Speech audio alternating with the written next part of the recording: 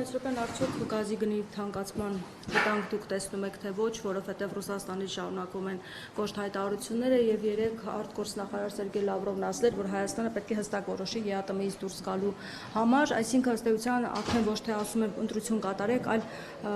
դրել են, որպեսզի մենք արդեն իսկ որոշումը կատարենք, այսինքն հստակ այսպես ասած հայտարարություն է հնչել։ Ինչ գործողություններ են հաջորդելու եւ արդյոք գազի գնի թանկացման վտանգ դուք չեք տեսնում կարող է լինել։ Նախ հարգելի լրագրողներ, ամեն անգամ երբ առիթ է լինում ձեզ այդ հարցազրույց տալու կամ ճեպազրույց տալու, դուք պարբերաբար ինձ տալիս եք հարցեր, որոնք ենթադրում են քաղաքական պատասխաններ, եւ ես համբերատար եւ սիրահուժար ամեն անգամ հիշեցնում եմ, որ ես քաղաքական մեկնաբանություններ կամ քաղաքական գնահատականներ տալու իրավասություն չունեմ ի պաշտոնե եւ հետեւաբար ձեր տրված հարցին քաղաքական մեկնաբանություն չեմ կարող տալ, բայց խոսելով այն երևույթի մասին, թե ինչ տեղի կունենա, եթե հանկարծ գազի գինը թանկանա Հայաստանում, այդ մասով հետեւյալ մեկնաբանությունը կարող եմ անել, որ Հայաստանի Հանրապետությունում էլեկտրական էներգիայի արտադրության մոտ 30-35% կախված տարվա կառուցվածքից արտադրվում է ջերմային էլեկտրակայաններում եւ հետեւաբար եթե գազի գինը կթանկանա X դրամով կամ Y անգամ, չգիտեմ, եթե կթանկանա, դրանք անհայտներ են եւ ընդամենը այդպես քաղաքական խոսույթներ են, իրականության մեջ չունենք դեռ որևէ նման թիվ, ես անձամբ որպես հանձնաժողովի նախագահ իմ սեղանին չունեմ նման թիվ դրված պաշտոնապես եւ չկա նման քննարկում եւ հետեւաբար այդ նշվածս տոկոսի չափով ազդեցությունը էլեկտրական էներգիայի արտադրության սակագնի վրա բնականաբար կլինի բացասական, բայց անցած անգամ մեր հանդիպումներից մեկի ժամանակ ես եւս այդ մասին հայտնեցի իմ կարծիքը որպես ՀՀ քաղաքացի,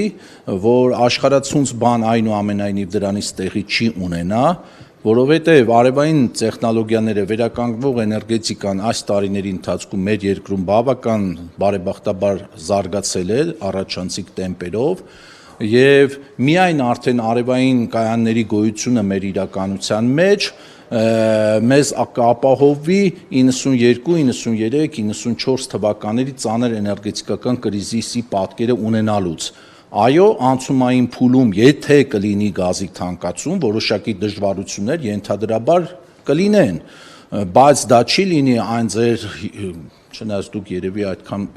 ավելի երիտասարդ եք, այդ հովարային անջատումների տարիների այդ պատկերը չենք ունենա, այդ ծանր եւ խորը, արդեն ասացի, որ անհետևանք դա չի կարող լինել, անցումային որոշակի դժվարություններ կլինեն, բայց դա չի լինի, այսպես ասած, որ օրերով, ժամերով ինչ որ հոսանքազրկումներ կունենանք, դրան գումարած մենք օրեր առաջ ազգային ժողովում ընդունվեց կուտակիչ կայանների մասին օրենքը, էներգետիկայի մասին օրենքի փոփոխություններ արվեց եւ շուտով Հայաստանի Հանրապետությունում արդեն այդ կուտակիչ կայանների կառուցման, ներդրման հնարավորությունը կլինի, որը եւս կգա իր հերթին լրացնելու եւ օգնելու այս խնդրի որոշակի մեղմանը։ Բացի դրանից տեսական եմ ասում, այնինչ որ ասում եմ որպես հայտարարություն, որպես պնդում չընդունեք խնդրում եմ, ենթադրենք դիցուք վաղը գազը թանկացրեցին, հա, Հայաստանին վաճառվող ռուսական գազը թանկացրեցին, պայմանագիրը եւ սակագները գործում են դեռևս մինչեւ 27 թվականի ավարտը,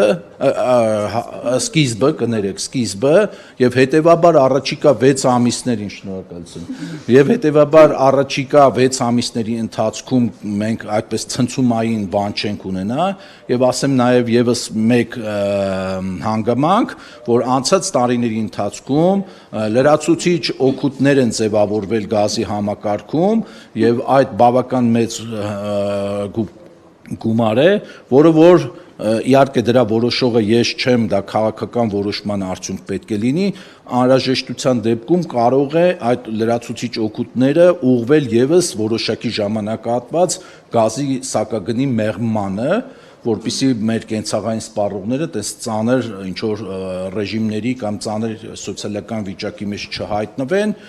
մինչև արդեն այդ ընթացքում ենթադրում եմ, եթե կունենանք նորից եմ ասում նման իրավիճակ, բնականաբար կփնտրենք գազի վաճառքի այլ շուկաներ եւ այլ ռեսուրսներ։